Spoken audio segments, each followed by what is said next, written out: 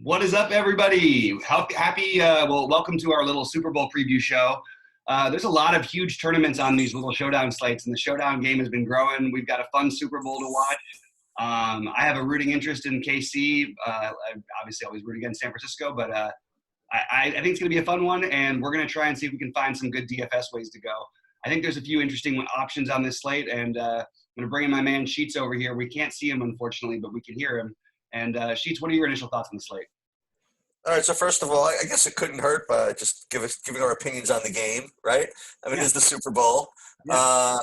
I will say this, that if you polled probably 1,000 quote-unquote sharp players, you'll probably get 995 of them. They'll tell you to take San Francisco, which to me means just take Kansas City. I mean, I really don't have much of an opinion on the game. I mean, if you put a gun to my head, I guess, I don't know. I'll flip a coin and say Kansas City. That's what I'll do. Since you're rooting for Kansas City, I'll root for Kansas City. I really have no rooting interest. I'd love to get behind one of these teams. I'm just not behind either. I wasn't rooting for any of them during the season. I guess that's part of the pain of playing DFS, I suppose, is you kind of lose a little bit of the rooting interest of your football teams. And considering that my football team, for better or worse, has always been the Giants, it's been kind of a rough road. Mm-hmm.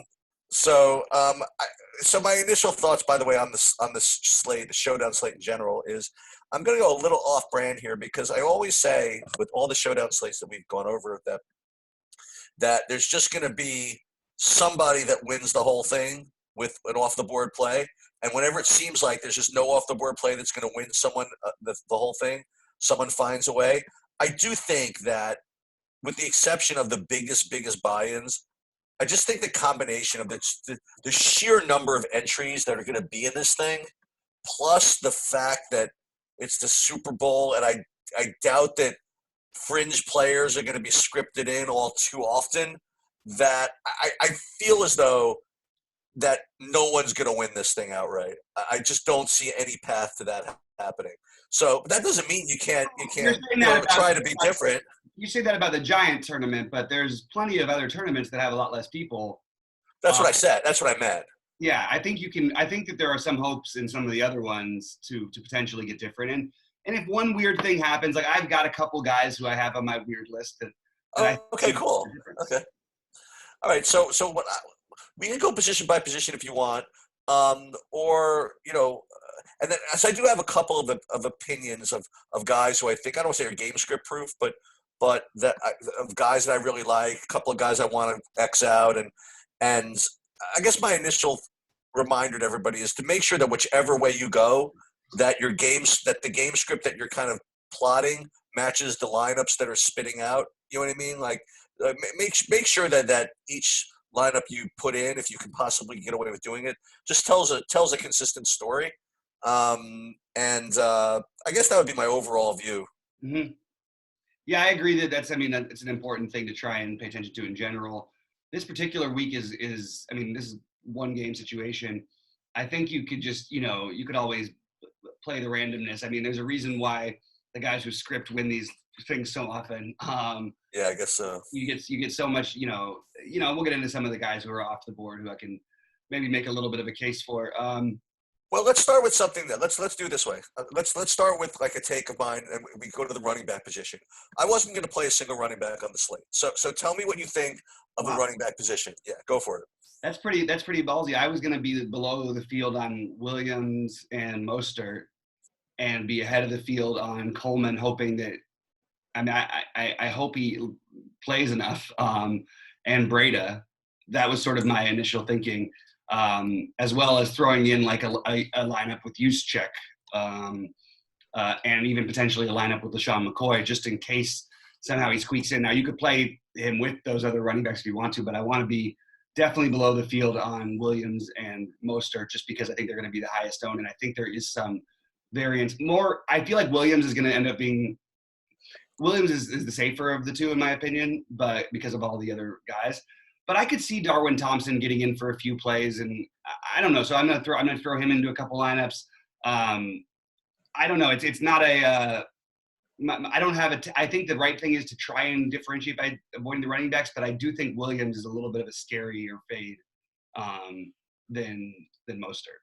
Yeah, that's interesting. So the first thing I would say, I wanted to qualify what I meant is the only running backs I would play are the guys you kind of alluded to in that I might play some Breida or something like that. Mm-hmm. What I didn't want to do, I don't think I'm just gonna take the stand that there's just not gonna be that it's just not going to be like a running game. I don't want to play Mostert.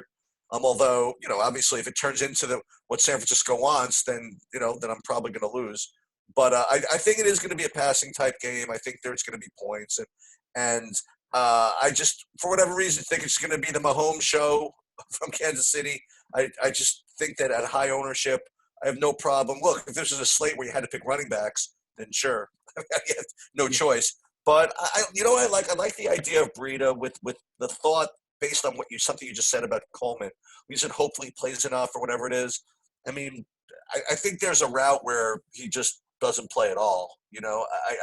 Maybe he's really hurt or something like that. And if that's the case, then I'll take Breida as the second running back, or I don't even know. Maybe he gets more work, or who knows. That he'd be probably the running back that I would try.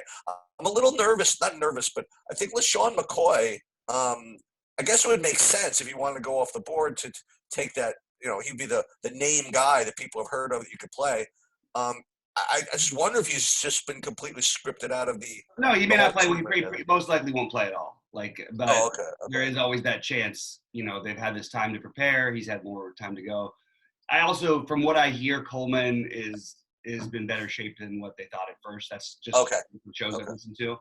I also worry about this game just because, as a person rooting for the Chiefs, it is a matchup that is a nightmare for them. And, you have a team in San Francisco that does the most pre-snap action of any team, and the Chiefs struggle more with pre-snap action than any team in the NFL.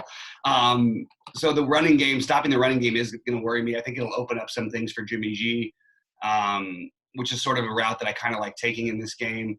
Maybe where I do play some Williams, I would have Jimmy G in my captain spot or something like that with, not that it's going to be completely off the board or anything, but as a captain, along with the guy with either Sanders and or Samuel, maybe fading the running game with them playing Williams on the comeback.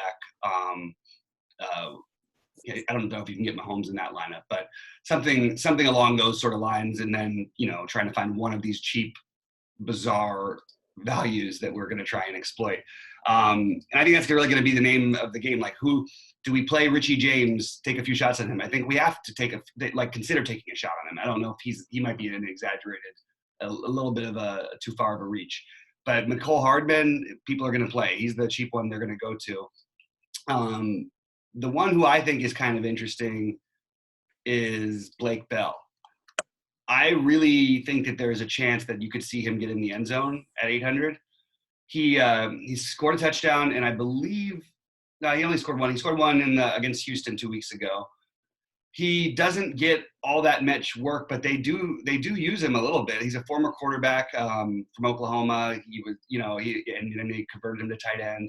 He's an athletic guy who, if you could see him in some short yardage situations, especially because while they like Damian Williams, it's not like he's like a feature back like that they need to pound in the end zone. They might run a little play, you get a little 3-yard out for Blake Bell. I could see Mahomes hitting him there. So I sort of like the idea of playing a completely unknown, guy, obviously, if you're going to try and get different. And I think Blake Bell is one of the ones who I'm going to take some shots on and just hope he can somehow get in the end zone. I mean, like I said, against Houston in that game where they were making the comeback, he did get in the end zone once. That's pretty much all you need for him at this price, and that would be pretty amazing if he did. So it shows what I know, because I was you don't even. I was going to say I want to just somehow get off the Blake Bell chalk. I honestly thought that he was going to be owned, the Blake Bell.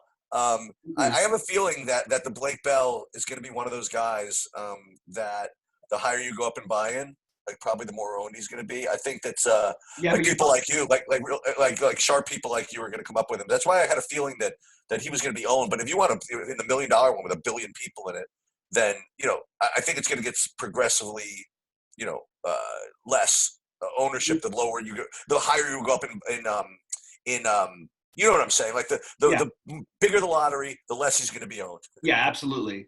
I also think some of the other guys who are going to be owned little but still have ownership, but I would be willing to take shots on would be Kendrick Bourne.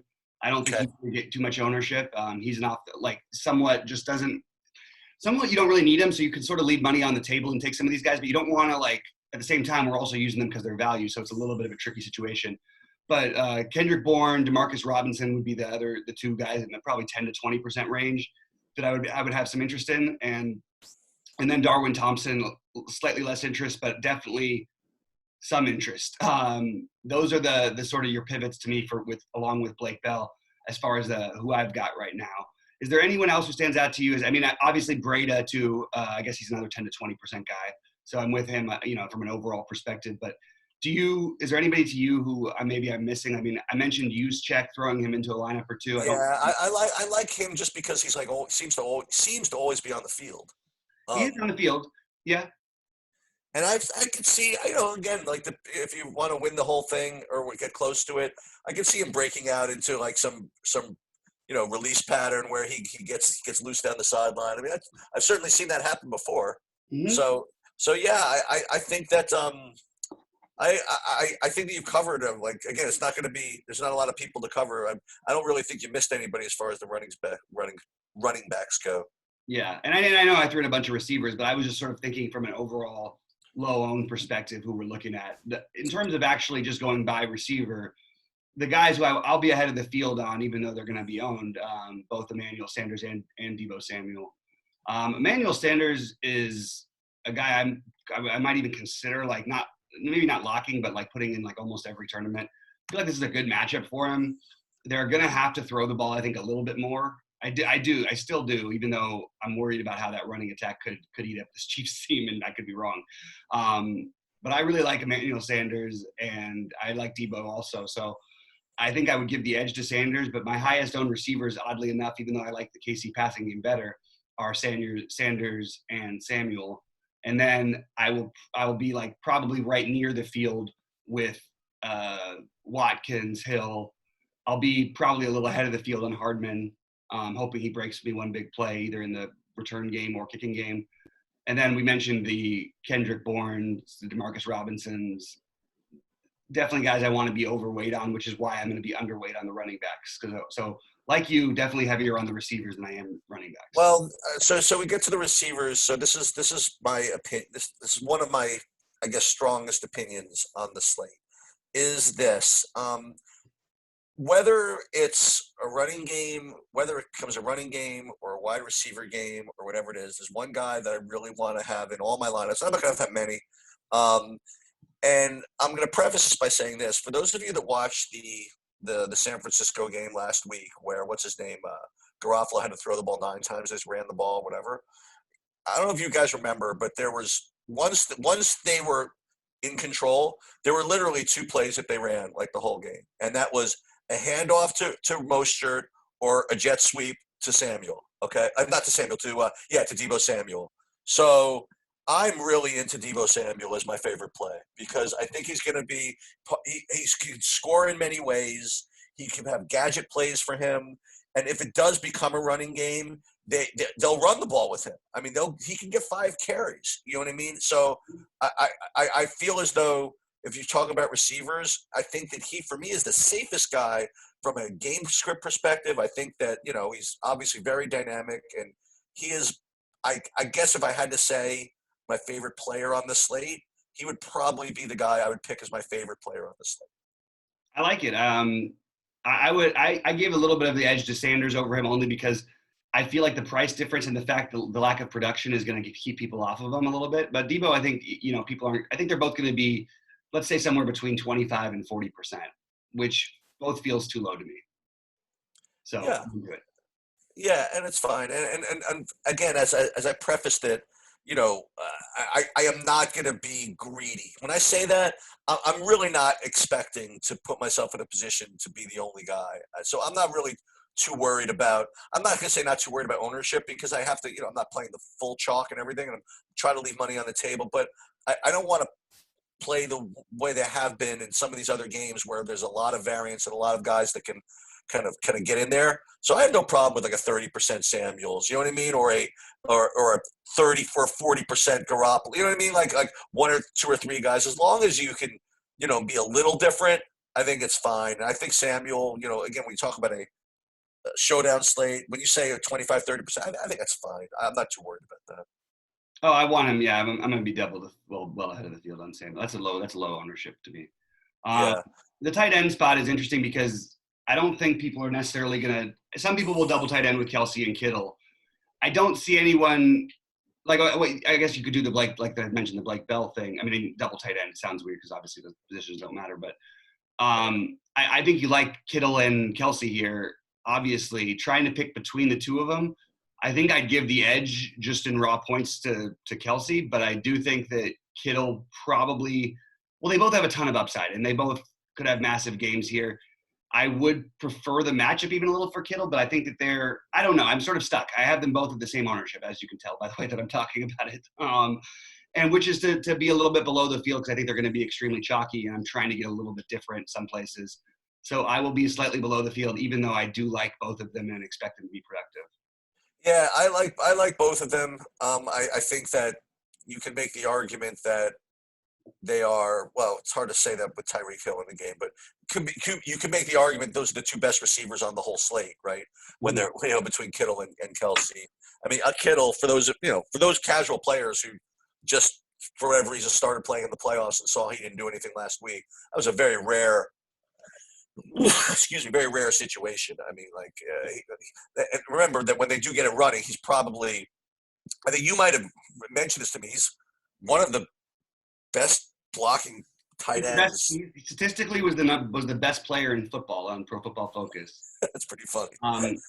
They're both phenomenal. I mean, he's a phenomenal blocker. He's the best tight end in football, and it's not really okay. They're not. He's a better player than Kelsey is, and they're both terrific. Yeah, he's that good. In any case, I mean, in this one game thing, I mean, I'm sure they're gonna, as long as these teams have to pass, which I mean they do, they're just going to. That Kittle's going to be a main focus of Garoppolo, and Kelsey's going to be, I wouldn't say a main focus of Mahomes, because Mahomes just kind of, just kind of does what comes to him. You know what I mean? Like he drops back to pass and sees what's going on. You know what I mean? So I think that both those guys are fine. And again, when we talk about construction, though, if you play both of them, then you have to figure out how to be a little bit different. So I agree with you. I think they're both great. I have no issues against either of them. They're both going to be really chalky. And you could run out the three tight ends. You could play Blake Bell, Travis Kelsey, and George Kittle. Yeah, absolutely. I think that's fine. So there are three positions that we haven't talked about yet, and the one position that's really just for me is just kind of the safest and the most intriguing is just the kickers. I think that again, you talk about game script proof, whatever. If these guys they put points on the board, these guys to me are gonna get points. And again, it's like weird because I usually am not the type to play these types of builds with the kickers and all this stuff because I like to try to differentiate and go kind of off the board. But again, as you can kind of sense, I mean, for this Super Bowl thing, I'm being a little less wild, whatever. But I think that if you play kickers, maybe you do differentiate yourself a little bit. And to me, these are the safest guys because first of all, they're in Atlanta, they're playing in a freaking dome, they have ideal conditions. They're Miami. Oh, Miami. Okay, so it's not as ideal. Yeah, but it's pretty good. Yeah, but these guys are going to be fine, and no one's to say that they are always scoring touchdowns. These teams can stall out. It's very possible. And you get one of these kickers that gets like 10 points. Maybe you get one of them that gets 15 points, whatever it is. Mm-hmm. And with a lot of people chasing some of these, look, it's a question, again, of how you build your lineups, whether you have, guys that are safer, guys that are more off the board. I mean, you take a guy like Kendrick Bourne, for example, as opposed to one of these kickers. Kendrick Bourne, yeah, he's great, and he's a great kind of off-the-board play. And every once in a while when I play like four other receivers, I don't have him when he scores a touchdown, whatever. But you take like a Butker or a Gould who's kind of locked in for 7 points and maybe upside to 15. Maybe that's a way to play a little bit. So I think that aside from what I usually do, which would be like just going these kind of like crazy, LaShawn McCoys and all these other guys like that. I think I'm going to go with these kickers a little bit Yeah, tomorrow. I think one interesting thing is to play both kickers. I think That's what all these lineups have, by the way. Yeah, that's interesting. I like that. To play both is kind of an interesting way to go.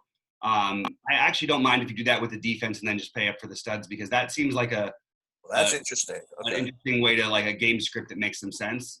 I also I did want to mention that I really will be playing a lot of the Chiefs defense.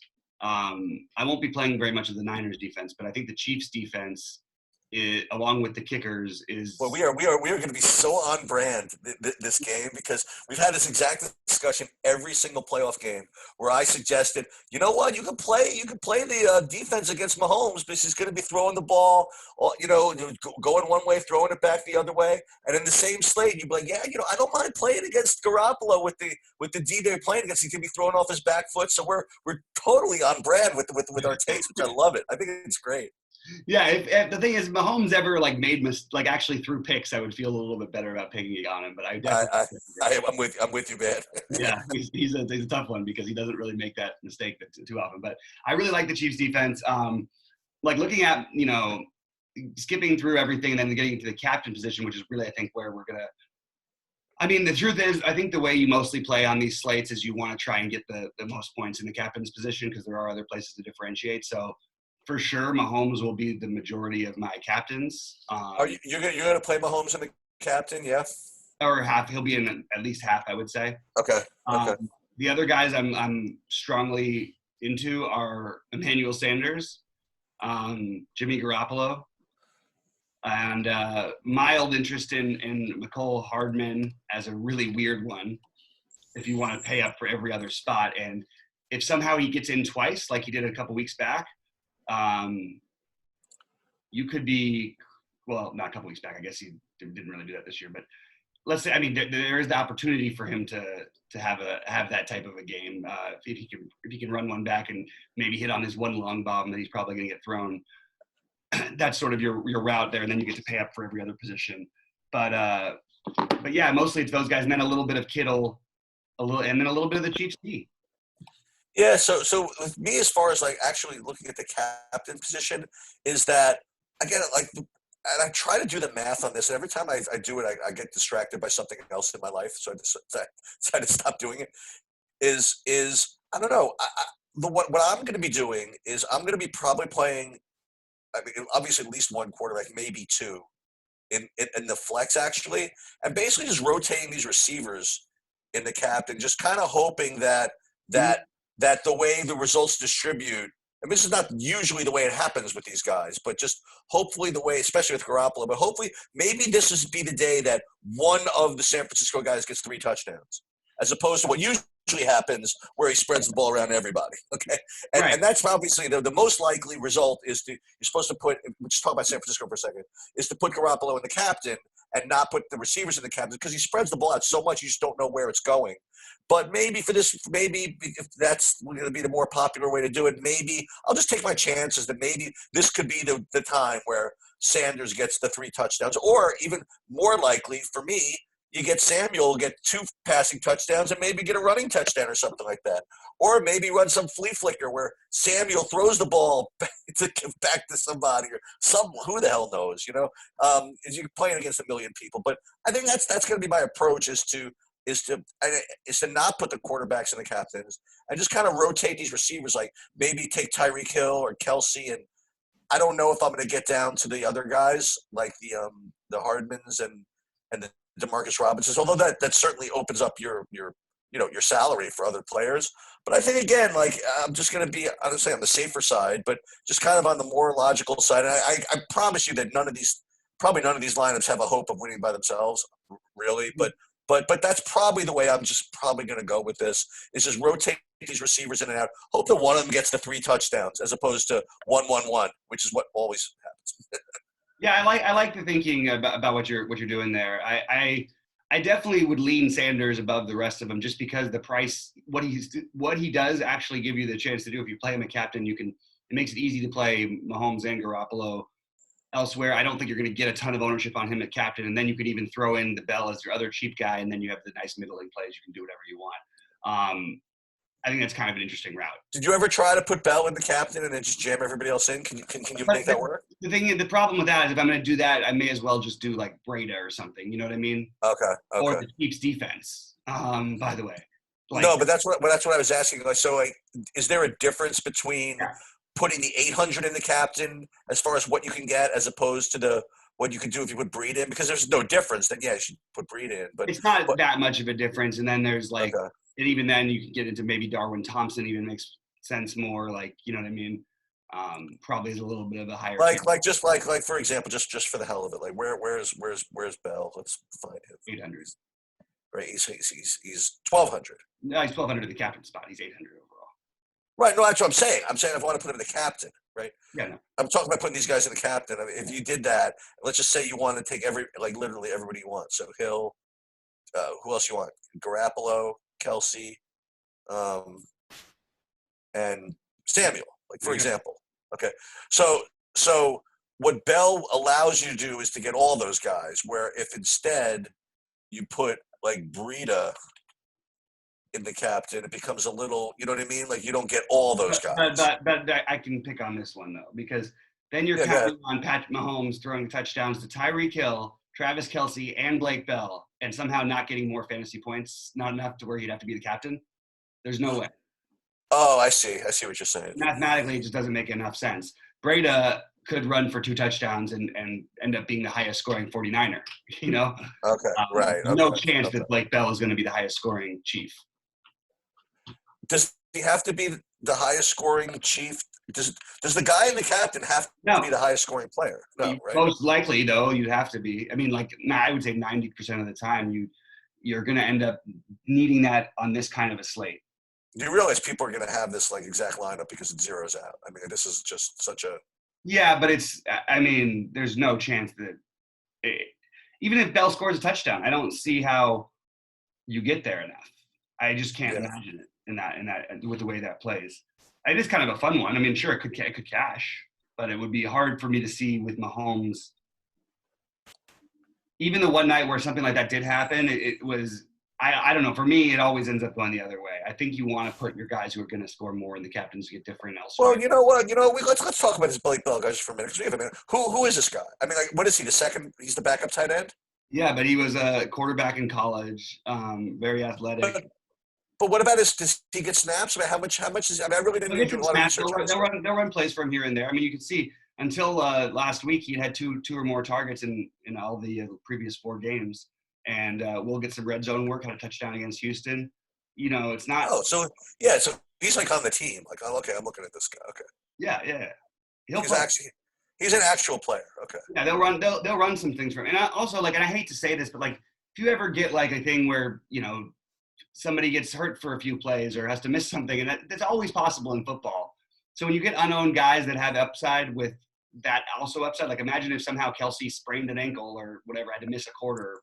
Miss a few plays with a concussion check or something. Bell, in that situation, you don't really need much out of him. All you need is a couple catches. Well, I'm presuming, by the way, that maybe not, because there's 82 points scored. But in this game where he had the touchdown, I guess this looks like the playoffs, whatever. This is 2 games ago, right? Is that right? Yeah. So did this win the showdown? Do you remember somehow? I'm sure I didn't play that showdown, but. I don't know, because this would be a good example, right? Because he was 200 and he did get a touchdown, but I presume that Mahomes had 1 million points, right? Because he had 51. Yeah, Mahomes had 51. Right. Okay. No, I forgot. So unless somebody else scored 40 who was nearly impossible to get without getting him, it wouldn't make any sense from a standpoint to play him. You know what I mean? Oh, he had 5 touchdowns. Yeah. Okay. Which is the kind of game that you'll need him to have. Like, where you play Blake Bell, you should be playing Mahomes in that lineup. Because it's not like Mahomes is only going to have 1 throwing touchdown, and if he does, it's not only going to be to Blake Bell. That's the bet. Right. So you know that if he's hitting 1 to Blake Bell, he's going to have a pretty solid a game where you're going to at least have to have him on the roster. He's a very difficult fade to me, even in – I actually don't think his projected ownership is high enough, Mahomes. The only thing I could say is that I do want to play Mahomes and Garoppolo more than I want to play the chalky running. That's where I'm going to differentiate, just like you. going to be more on the receiving part of this game than I am the running part of this game. And the running backs I do use, I'll be heavy on guys like Breida, some unused check, but then also Tevin Coleman. I think I'm actually going to be above the field on him. And Coleman, it could, by the way, this could end up working out very weird where Coleman ends up like completely crushing or not getting on the field at all. Like it could go really two ways. And he could end up like, he was going to be the Super Bowl MVP a couple years ago for the same Shanahan coached offense. And then the Tom Brady and the Patriots decided to come back from the biggest Super Bowl deficit ever. But Coleman was crazy in that game and was going to be probably the MVP. And I think that you might see him again in that type of spot. I just don't like that he's going to have ownership. I was hoping people would be like a little bit more scared off by him because there's plenty to be scared of, but I think you want to take shots on the lower end of the running backs and leave a little bit of the Mostert and Williams mostly out. Yeah. I feel as though, again, the fading Mostert for me, I mean, that's definitely the riskiest thing because, I mean, the game script is just so, I mean, like if you're San Francisco and you've been running the ball down people's throats, like especially last week, and you saw like basically people can run the ball down Kansas City's throat, to not create a game plan with that is almost irresponsible to not try to do that. But you never know. Whoever wins the coin toss, if freaking Kansas City comes down and freaking just lights up on the first possession, gets a touchdown, and something bad happens to San Francisco, and then next thing you know, it's 14-0 Kansas City, then all the Mostert lineups are dead. You know what I mean? So I'm kind of into that. Yeah, it's I really think that like also like well the one thing that scares me about that is Mostert can like catch the ball out of the backfield also, so I don't know if they'd be dead. But I do think Breida and Coleman sort of suit that a little bit better, even though they haven't been using Breida nearly as much. It's just I know how explosive he is, and if it's anything could happen with these three running backs, and obviously Mostert's going to be the number one guy going into the game. But we thought that a couple weeks ago. Remember, we made a bunch of money on a 4% on Tevin Coleman. Yeah. Or at least I did anyway that week. But yeah, so anyway, that's pretty much my thoughts. I think that you were just trying to pivot as much as possible. Now we're not saying we're not going to play any of these other guys, but at least I'm not. But I'm there should be a term for what you're saying. So back in poker, like if you make a really good play, but it doesn't work out, but you knew going in it was a good play, you'd made what they call Sklansky bucks, right? Because if everything worked out the way the math was supposed to, you made a good play or whatever it is. So there should be a word to describe, like when we talk about a player that other people play that I don't, it's got to be like something like the Tevin Coleman play that like, I think it's a really good play, but and other people, made money off it, but I just forgot to play it. There's got to be some kind of new like kind of DFS language. Let's come up with it. We got time. We'll figure it out. You're gonna come up with that. All right. Well, thanks guys so much for tuning in. Good luck. Enjoy the Super Bowl. Sheets, final thoughts before we get out of here? Yeah. Really enjoy the Super Bowl and hopefully, you win your Super Bowl squares or whatever you got going on and whatever your prop bets are, your national anthem bets. And, the Super Bowl, look, it's been a tough week for sports. I shouldn't say that. I mean, it's been a tough week for life, with Kobe being out, but with Kobe being out, with Kobe dying and all that's come from it. And I was watching the Laker game a little bit last night, and the place was just so depressing because look, it's hard to get behind sports when so much more important stuff's going on. But you know what? The Super Bowl is the biggest sporting event in the world, and I'm sure the soccer people are going to come in and just troll me for this. No, it is. But in any case, it's the biggest game in the world, and and hopefully you're watching it with some buddies, and throw a few dollars into something like this DFS. I really wouldn't take this slate all that seriously. It's going to be tough to win and to split or whatever, but hopefully we gave you enough where maybe you at least have some kind of an edge where play a little DFS, little Super Bowl squares, eat a little, drink a little, and enjoy it. Absolutely. Well said, my friend. Well, good luck. Enjoy it. And let's go Chiefs. RIP Kobe. Guys. See you later, guys.